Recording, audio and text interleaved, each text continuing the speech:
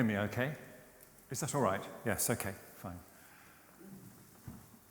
About this time last week, I happened to be going down into Tottenham Court Road tube station. And I don't know if you know the station, it's quite a deep one. And we took the escalators right down, almost to the bottom. And I happened to be with a lady who had just told me she was a sound therapist.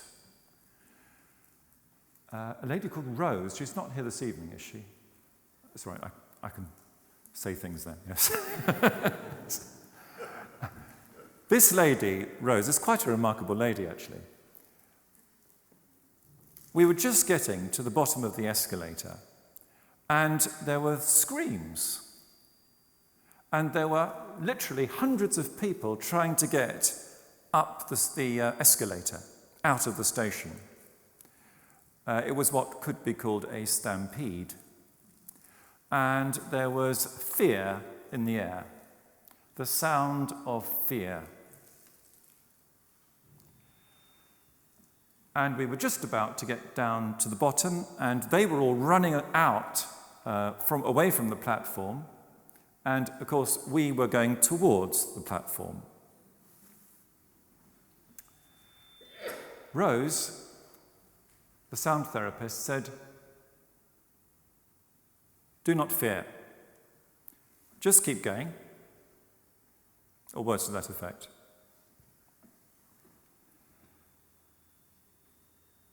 Now, obviously, something was terribly wrong. I thought, well, 200 people don't go screaming, running away from something if it isn't something to be avoided. So, the question is, would you have taken Rose's advice and kept going, or would you have joined the stampede out? Perhaps I could have a show of hands. Who would join the stampede out? Well, I did, I must admit. And it was interesting because there was an escalator going up, but there was also an escalator going down. And there were some people, because the escalator going up was completely full, some people tried to get up the escalator going down. So that was the degree of panic. But the sound of fear was tangible. It wasn't just the screams, there was the subtle atmosphere of fear. And I tried to be as calm as possible, as Rose said, but I did take the option of going out, and then the station was evacuated. What had happened is that one of the old trains, the mechanism in it had exploded, apparently, and people thought there was a bomb which had gone off. Now, I've been in these London bombs in stations, and so I know about all this, and I sympathise with the people running away. But nevertheless, the sound was one of fear, and that gripped the whole scene. But Rose saw through it. She wasn't fazed. And it came to mind a particular quotation. "Be not afeared. The isle is full of noises, sounds, and sweet airs that give delight and hurt not."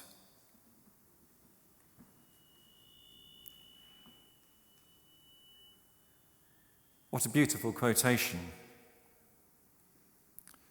It's obviously Shakespeare through Caliban in The Tempest.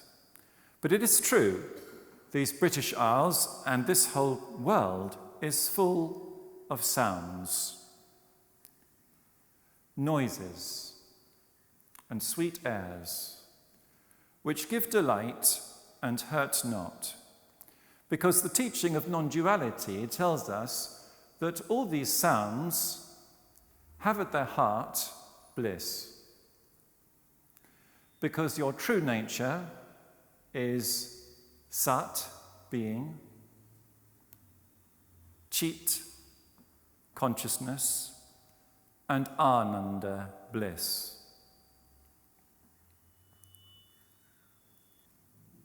This evening, I'm going to actually focus on statements from a sage called Sri Shantananda Saraswati Maharaj. He was a saint who lived towards the end of the last century, and he said a lot on the subject of sound and the Veda. I've been doing a fair bit of background reading, and I can now say with some authority that Sri Shantananda Saraswati had really investigated the whole tradition, the whole Sanskrit tradition, and had kind of got the essence of what the tradition says about sound and the Veda.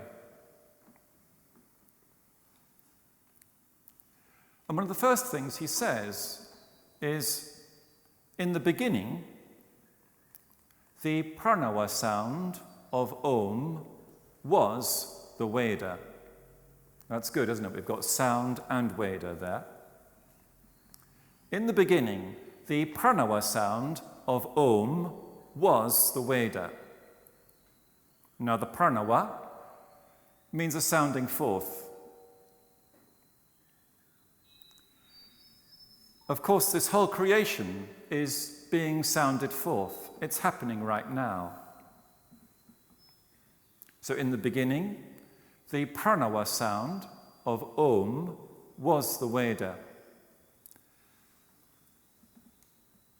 Now, this is what the scientists in the last couple of hundred years have called the Big Bang. They say it happened, I think, 13.8 billion years ago. But the sages got there before them and spoke about the Big Bang well before that. But this is a Big Bang not just of the physical creation, it's the causal, the subtle, and the physical.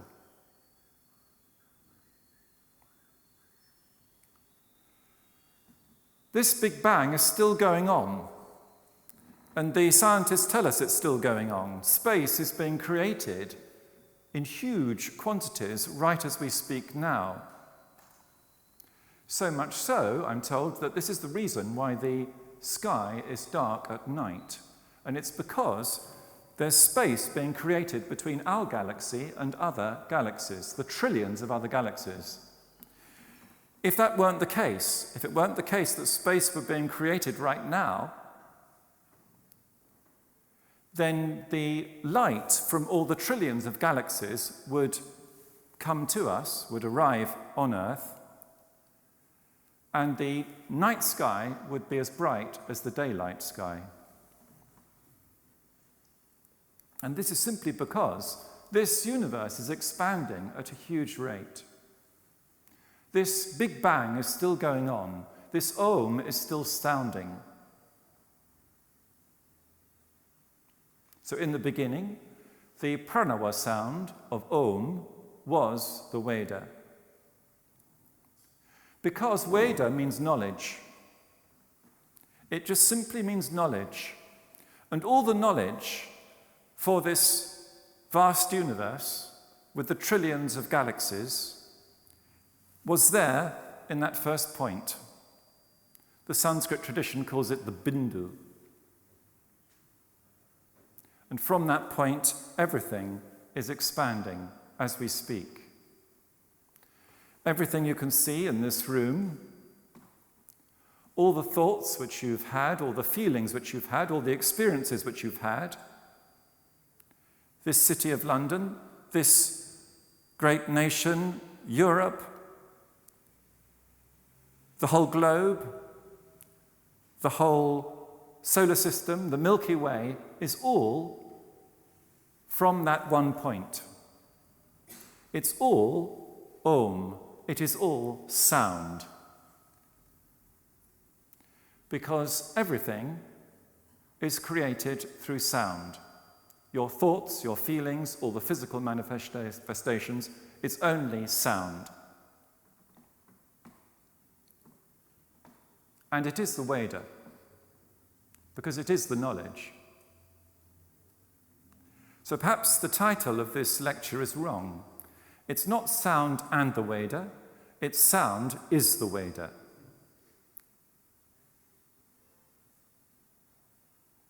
Now, of course, there's this use of the word Veda in its more general sense of knowledge.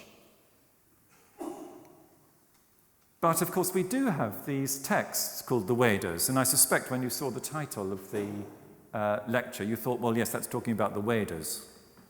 The four Vedas, the Rig Veda, the Sama Veda, the Yajur Veda, the Atharva Veda. And people who are particularly interested in the teaching of non-duality, they go for the Vedanta, the end of the Veda. It's called the Upanishads. And those are the statements which lead us back to non-duality.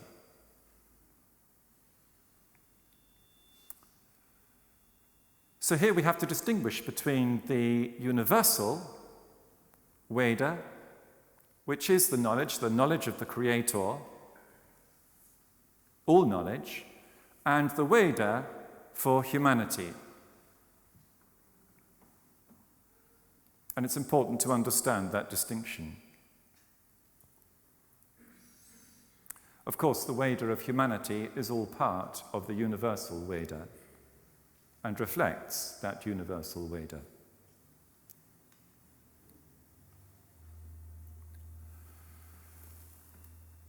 So we now are dealing with human affairs. We've dealt with the universal, and it's all pure sound. It is just consciousness, pure consciousness, showing itself everywhere. But what about the human realm? And here Sri Shantananda Saraswati helps us. He says, in human affairs, the light within manifests in sound, words, and one's use of language. And this is the language lecture, of course. In human affairs, the light within manifests in sound, words, and one's use of language. When language is natural, words are appropriate, and the sound is harmonious, one can presume that the clarity and purity of light is within. If artificiality with ego manifests, the sound and words betray complexity and confusion. And it's rather interesting at the moment, we're in a situation where there are various candidates for the job of Prime Minister. And it would be interesting just to listen to the sound of the voice of those various candidates and use this statement to test who would be the most suitable candidate.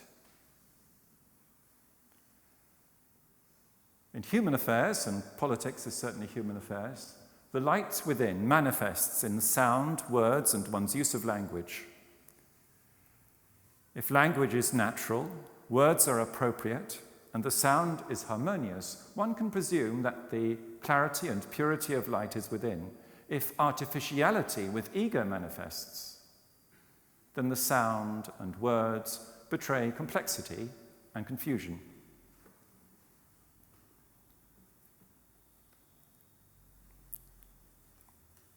One further statement on the same lines, and this is where Sri Shantananda Saraswati gets radical, so hold on to your seats.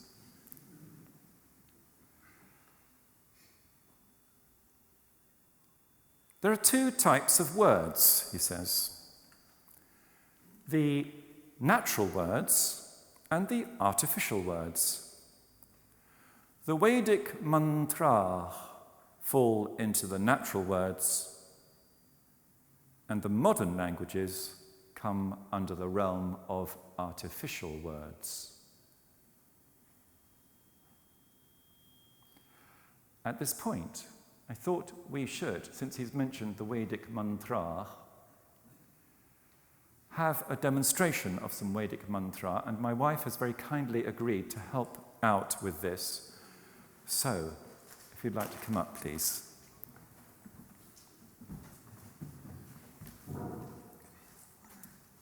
Do you need the water?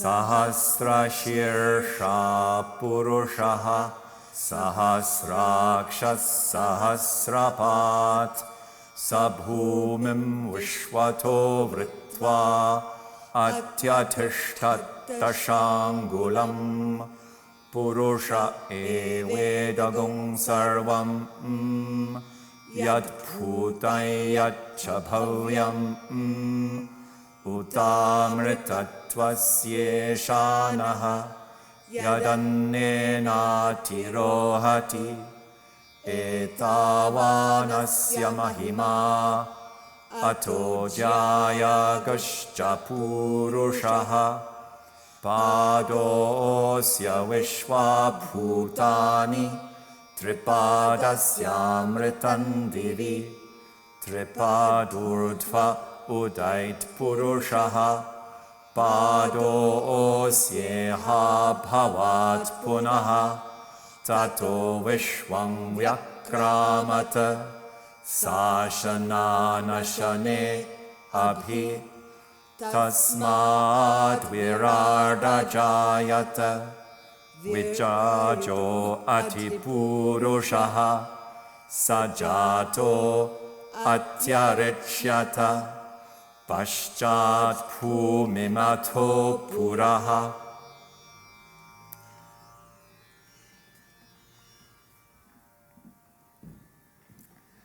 We have been attending classes, and I think I'm bottom of the class, actually. So I had my wife come up. Yes, it's the beginner's Vedic recitation class, but I hope that gives you some idea. It is a very refined art. And I get into trouble every Wednesday evening for mispronunciations. But you have to really give it attention.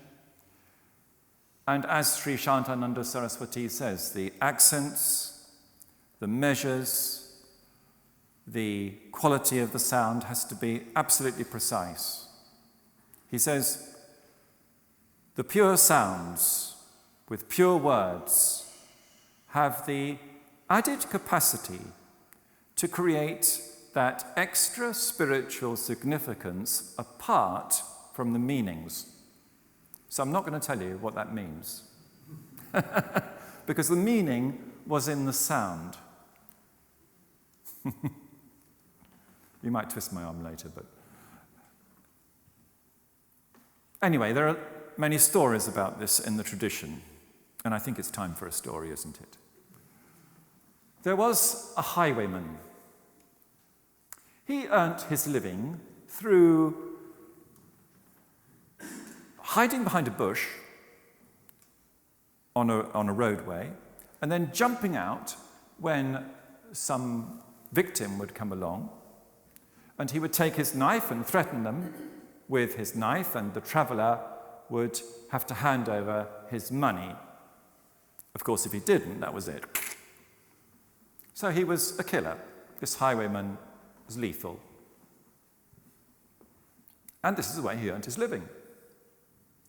So having got his money for that day, he'd go back to his house and give his wife some cash so she could keep the family going. And this was the way he was earning his living. Well, this was fine, it seemed, for a while, until a wise man happened to come along that way. The highwayman jumped out from behind the bush, got his knife out, said, "Hand over your money." But the wise man said, "I'm sorry, I don't carry any cash.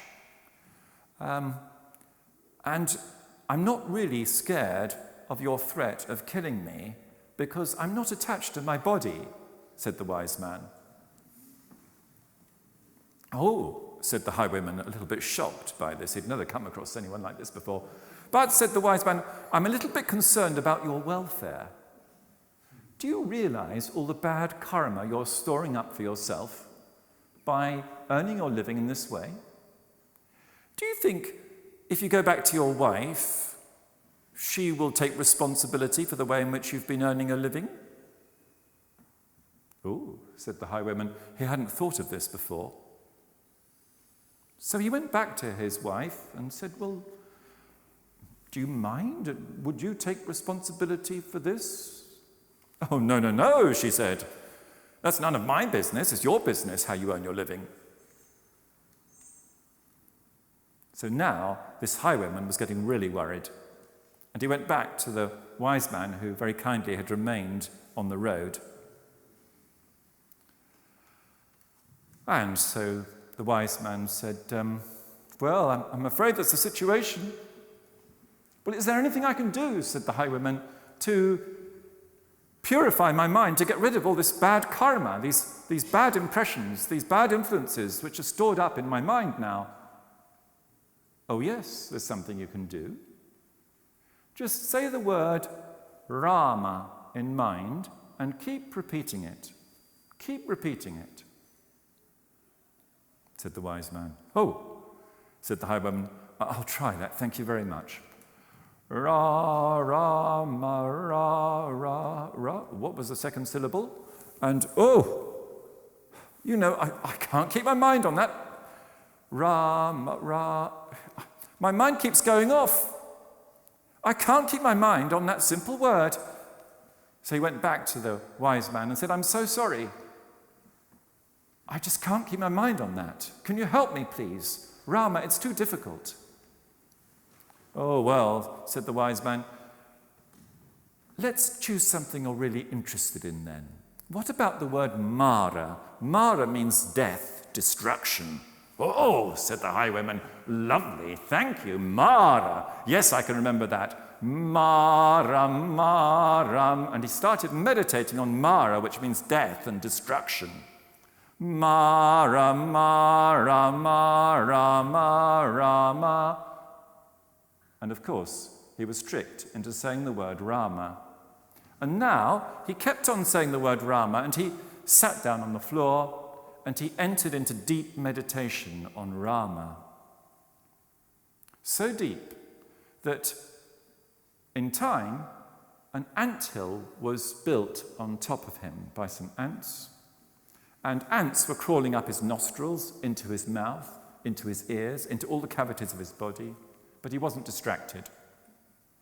He wasn't put off by this. He kept meditating on Rama.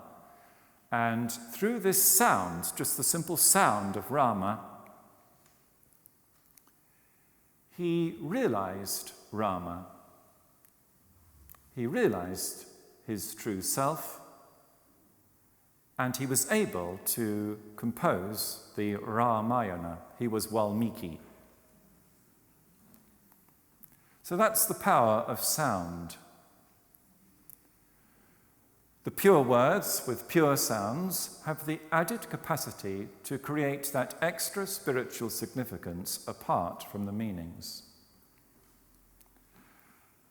Of course, it took on great meaning after that, but it was pure sound.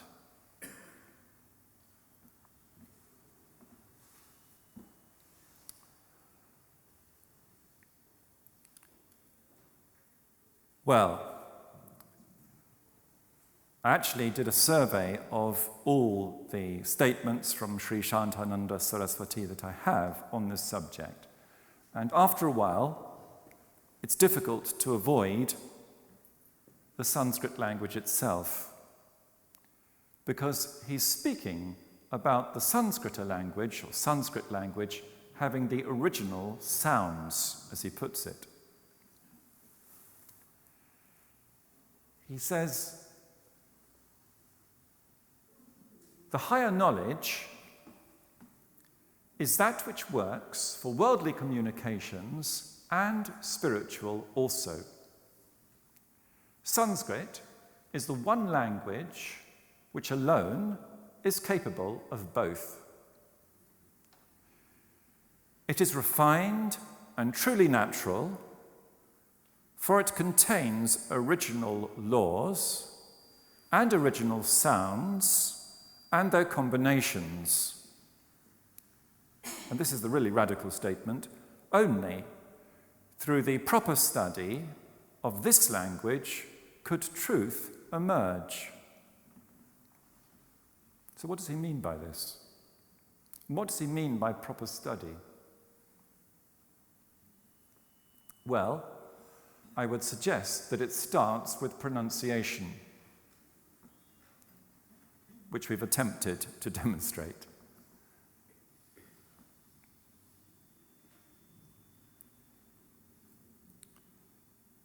There is another story about this.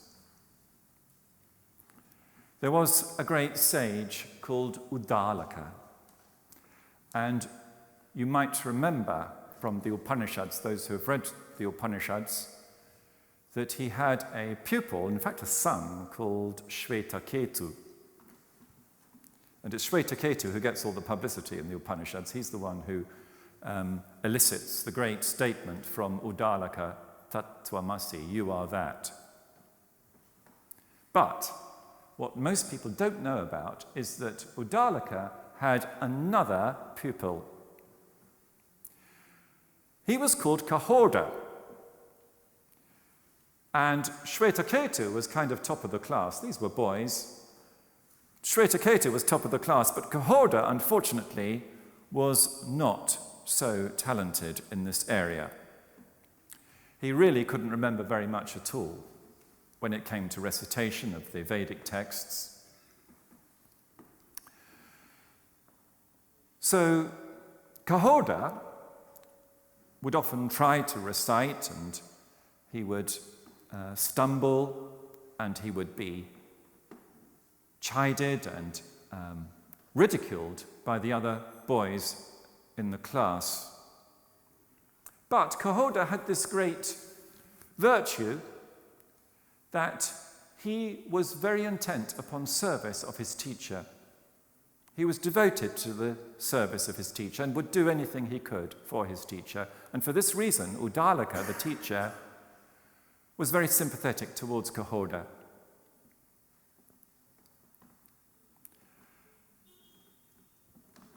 When Kahorda graduated from the school, he married the daughter of Uddalaka called Sujata, a very beautiful young lady and also very learned. And so they were married, and it was one of these extended families, and so Sujata and Kahorda lived in the same house as Uddalaka. And soon Sujata was pregnant. And when she was 8 months pregnant, she was sitting in the room next to where Uddalaka was teaching. And Uddalaka was reciting the Vedic texts, perfectly, of course. Om Purnamadav Purnamidam Purnat Purnamudachyate Purnasya Purnamadaya Purnameva Vashishyate. And all this wonderful scripture which was being recited was being heard by the baby in Sujata's womb. Now, this baby was no ordinary baby. This baby could remember every single bit of Vedic text absolutely perfectly. And as the hours of recitation went on, it would recall everything absolutely perfectly. Now, Kahorda had received an instruction from his teacher, Uddalaka, Uddalaka said, well, every morning, I realize you're not going to be reciting Vedic texts that much, but every morning at least sound a prayer, please. Remember to do this. And so Kahorda would sit in the morning and he would say, oh yes, I must recite my prayer. Om pu pu pu pu pu pu mu mu. Oh, I can't remember that again. And of course it was a disaster because Kahorda couldn't remember any of the Vedic texts at all. Meanwhile, the baby in Sujata's womb was hearing all these mispronunciations and terrible messing up of the Vedic text. And it would writhe in agony. Oh no! Oh, that's so wrong! And every time it would writhe in agony at hearing this terrible pronunciation, of course, its spine got slightly deformed because it was still developing the spine in the womb. And this happened on 8 occasions. And so when the baby was born, it had 8 knots down its spine. And it was called Ashtavakra, who turned out to be a great sage, composed the Ashtavakra Gita. So what's the moral of the story? Be careful of your pronunciation, I think. So proper study. It starts with pronunciation because it starts with sound. Sound is the Veda.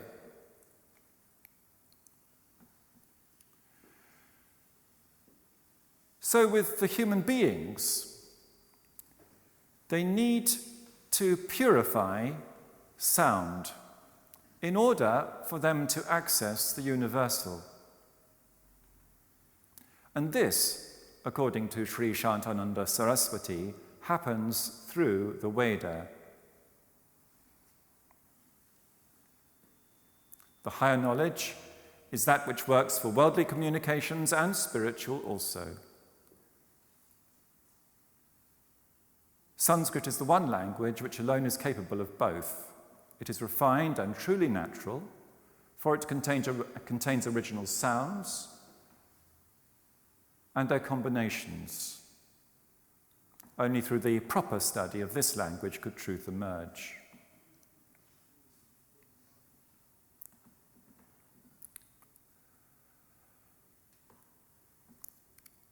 Well, he gets even more radical. And he says, one has to learn all the words to realize all the glory created by the Veda, only through the Veda.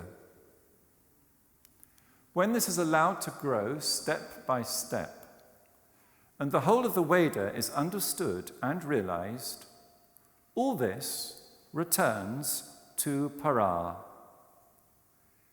the ultimate seat of truth, consciousness, and bliss. And this we call the complete liberation of the individual, through which the Veda has made its full circle. Unless the individual receives the Veda back in Para, there is no possibility of liberation. Now, we need to explain what Para is. Para is that absolute stillness. It is that absolute stillness from which all manifestation comes. All speech, all sound, and therefore all manifestation comes from that Para. It means the supreme. Once it arises from Para, it goes into somewhere called Pashyanti, which is really the heart, the emotional realm. And the speech which I'm speaking now is arising in Para, because all speech arises in Para, and it is being fed through Pashyanti, this area of the heart. Now, of course, the state of the heart will determine how it comes through, and this is why you can tell so much about someone just through the way they speak, hence the previous quote about human affairs. Once it leaves the area of the heart, it then goes into Madhyama, the area of mind, and this is where the sound will take on all sorts of particular words. This is where grammar comes in, the mind comes in. And finally, it comes off the tongue at Vaikari. So it goes through these 4 steps.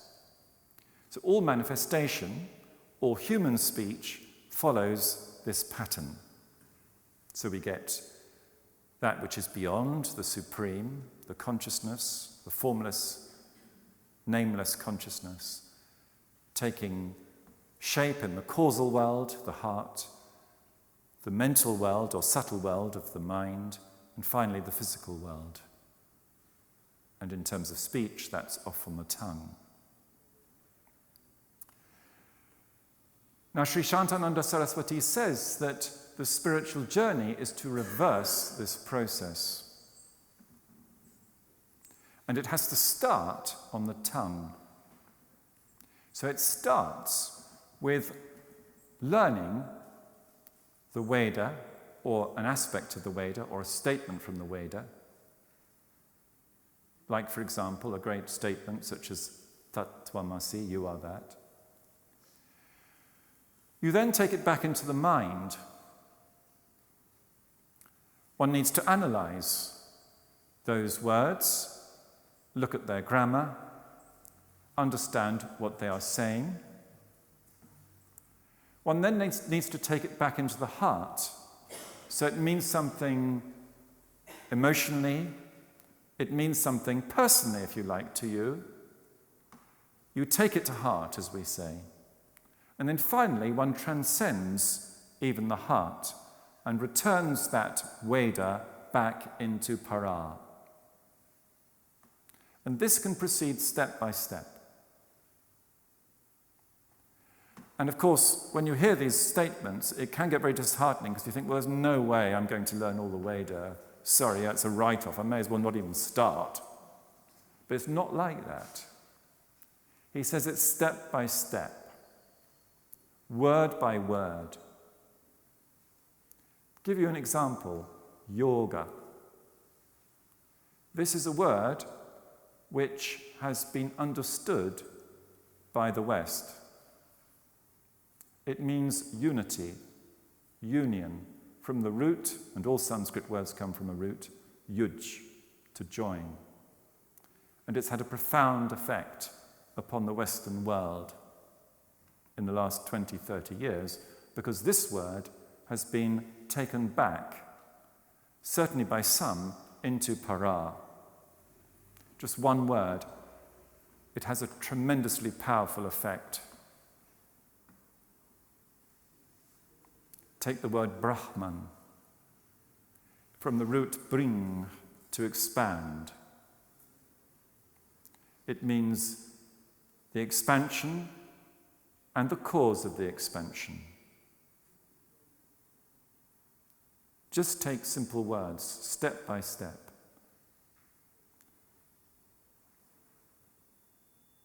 One has to realize all the words, to realize all the glory created by the Veda, only through the Veda. When this is allowed to grow step by step, and the whole of the Veda is understood and realized, all this returns to para, the ultimate seat of truth, consciousness, and bliss. And this we call the complete liberation of the individual, through which the Veda has made its full circle. In other words, the Veda has manifested this whole universe and then is returned back into para, back to the consciousness. And this is precisely what we practice when we have the Sanskrit residentials. It happens globally now. And we can see this actually happening.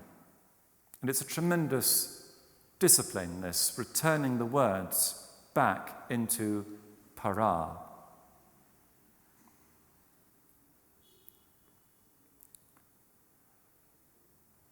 He says, and again, it's a somewhat hard-hitting sentence,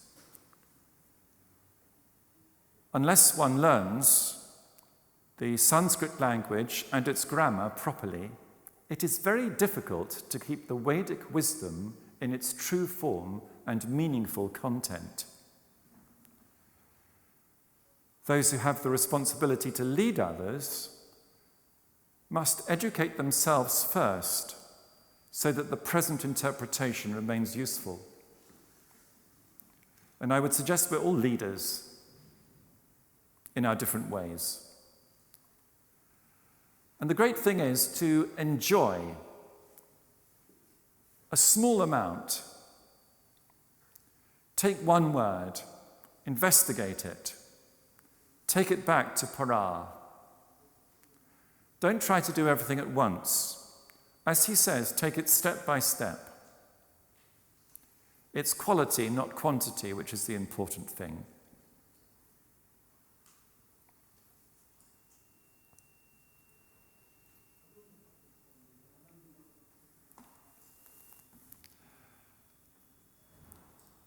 There's another analogy which is quite helpful here.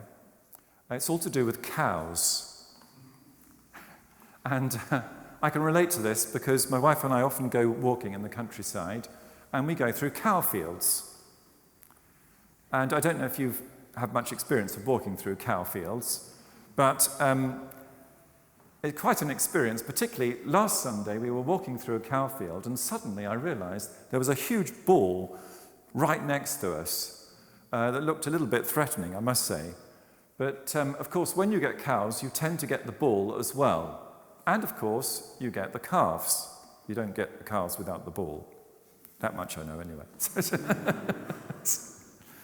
Biology wasn't my subject, but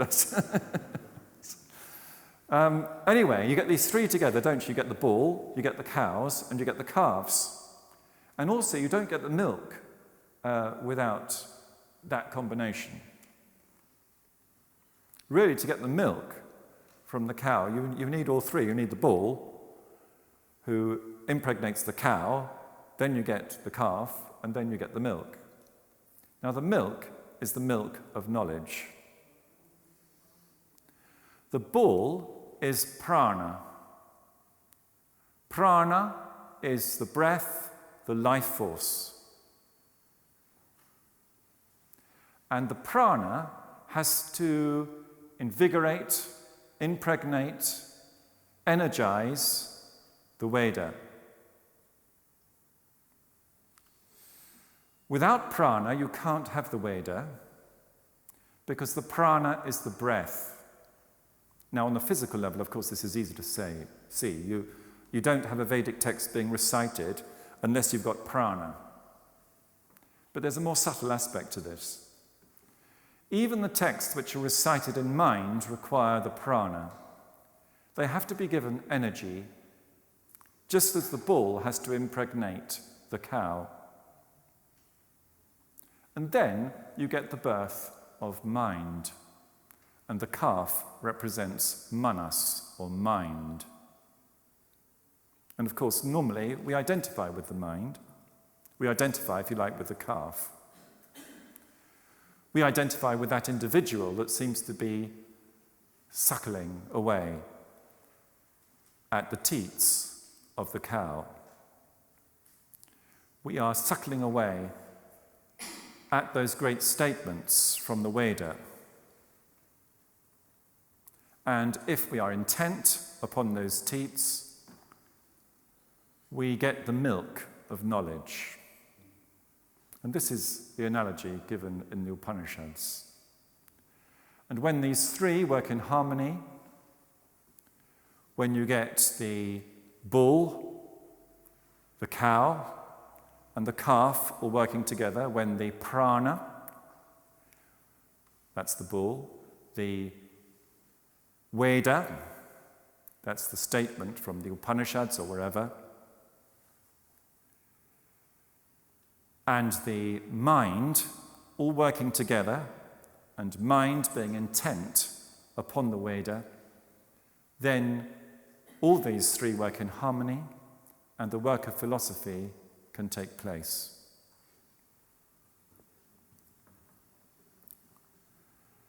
So this is the analogy. Well, we've got to stop soon, and I'm going to give you a chance for questions. But the essence, he says, of all this is that one should get closer to the realm of understanding. This is possible only through study of language. I do not mean Sanskrit. Breathe a sigh of relief. I do not mean Sanskrit. I mean the language with a capital L.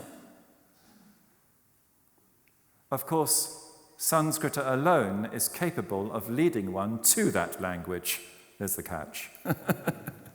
Of course, Sanskrit alone is capable of leading one to that language. One should study it systematically.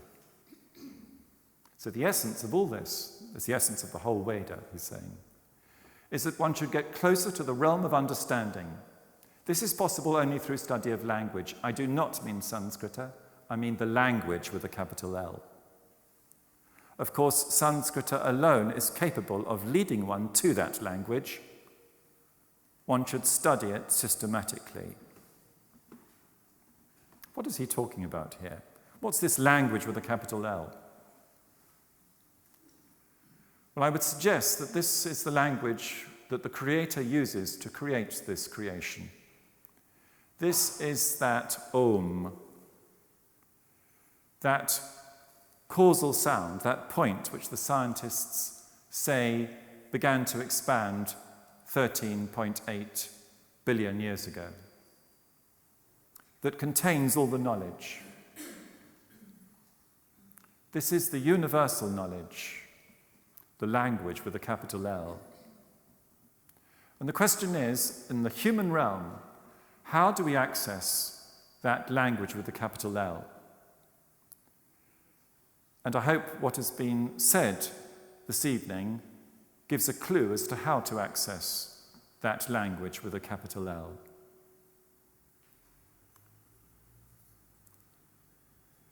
I don't mean Sanskrit, I mean the language. Of course, Sanskrit alone is capable of leading one to that language. One should study it systematically.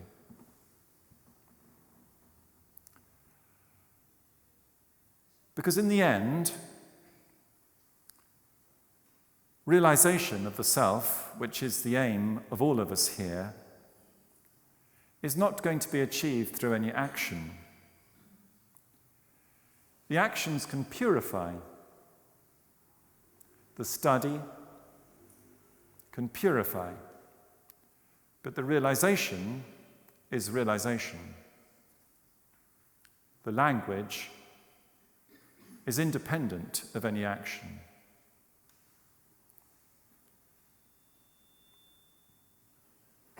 In the end, this teaching is about not being attached to the idea of being an individual, transcending the individual, knowing that you are that consciousness. And that can only come about through the purity. And His Holiness is advising us how to cultivate that purity. And this is why language is so important. Last story. There was a great sage called Bharata. He was a king, but he decided to renounce his kingdom, and he, having given up all his kingdom to his son, he sat by a river and meditated. He would reflect on great statements from the Veda. He had been very well trained in the Veda in his youth. And now he was using all that training to reflect on great statements, to meditate, and he was very close to realization of his self. He sat there by the river, deep in meditation, and one day there was a tremendous roar of a lion, and what had happened is a female deer had come to the riverside and was about to be attacked by a lion. The female deer, who was pregnant, jumped over the river, and as it jumped, the baby fell out of her. She gave birth as she jumped, and the baby fawn dropped into the water to a certain death, it seemed. It was going to drown. Bharata opened his eyes from meditation at this point, saw what was happening, and thought, yes, I must jump in to the river to save that baby fawn. So he jumped into the river, saved the baby fawn, and then found that the mother had died of fright on the other side of the river. So now, this baby fawn seemed to be without anyone to protect it. So he nurtured the baby fawn, looked after it, made sure no one attacked it, fed it. And he got rather fond of this baby fawn.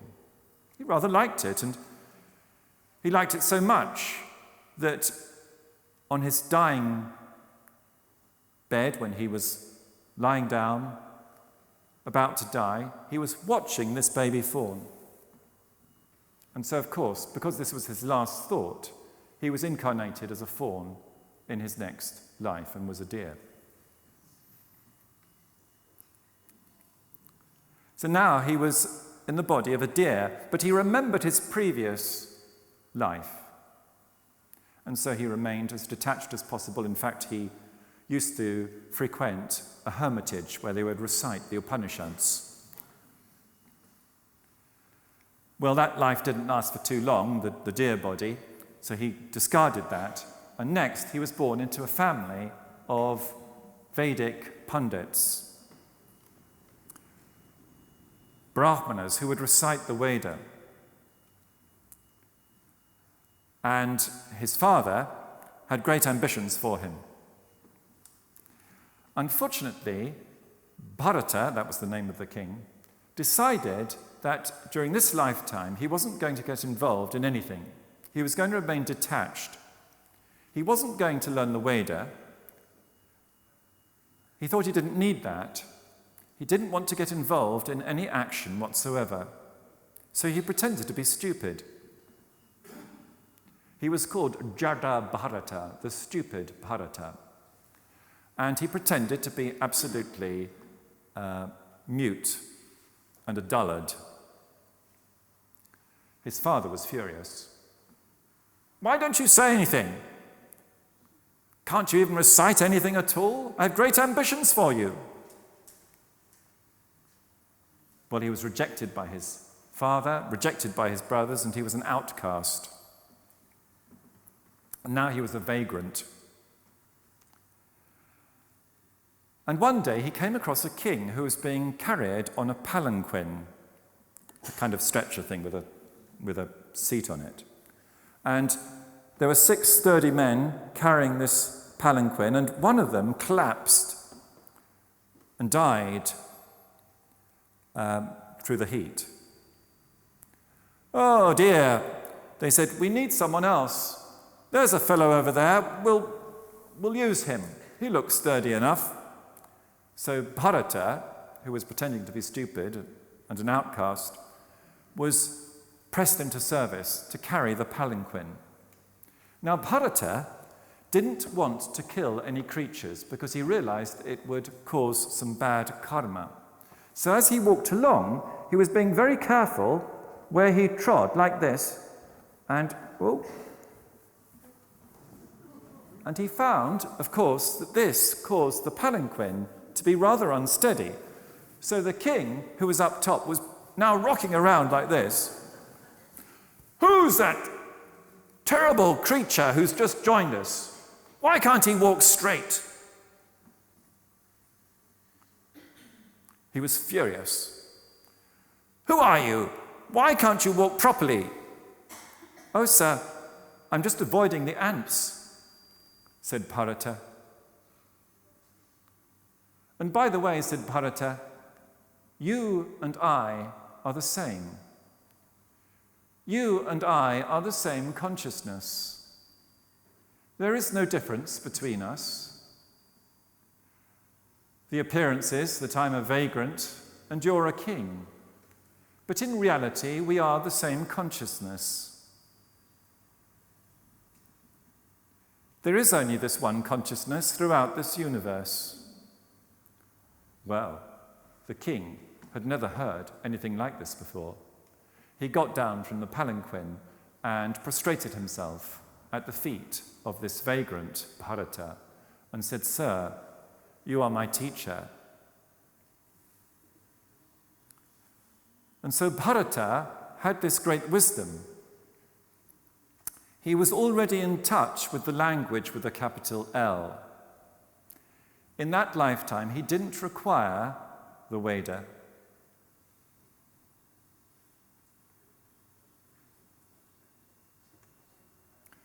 The Veda and the study of Sanskrita is a vehicle, a bus, if you like. Some of us may need to take that bus. It's leading to a very good destination, but it is a bus, nevertheless. It mustn't be confused with the destination. We are not here to become erudite. We are not here to accumulate knowledge. We are here to discover ourselves. And we need to find, each of us, because the path is unique for each of us, a way. The advice given by His Holiness Sri Shantananda Saraswati and other such sages is general. We need to listen to the advice and find what works for us. But the Sanskrit language is essential for this teaching of Vedanta. And each of us needs to find a way of approaching it.